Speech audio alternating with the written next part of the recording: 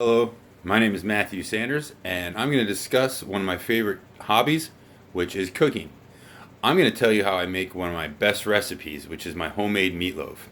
First, I start out with 2 pounds of ground chuck.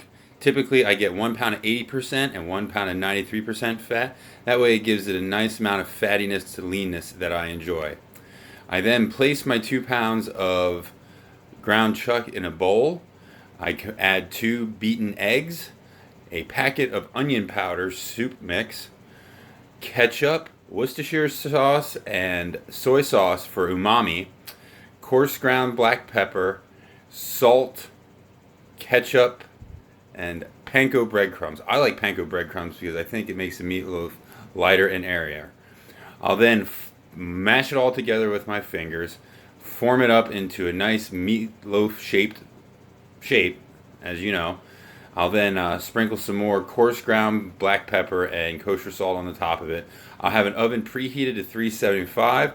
I'll place my meatloaf on a metal dark baking sheet on the middle rack, and I'll cook it for an hour and 15 to hour and 30 until it comes to temperature, which is usually 180 degrees, as measured with an instant read thermometer. I'll then remove it from the oven, place it on the counter, and let it rest for 10 minutes before slicing. Usually I don't put ketchup on it because I find it's tender enough and flavorful enough that I don't want to drown the flavor of my meatloaf out with overpowering ketchup. So in summary, that's how you make a delicious homemade meatloaf. Goodbye.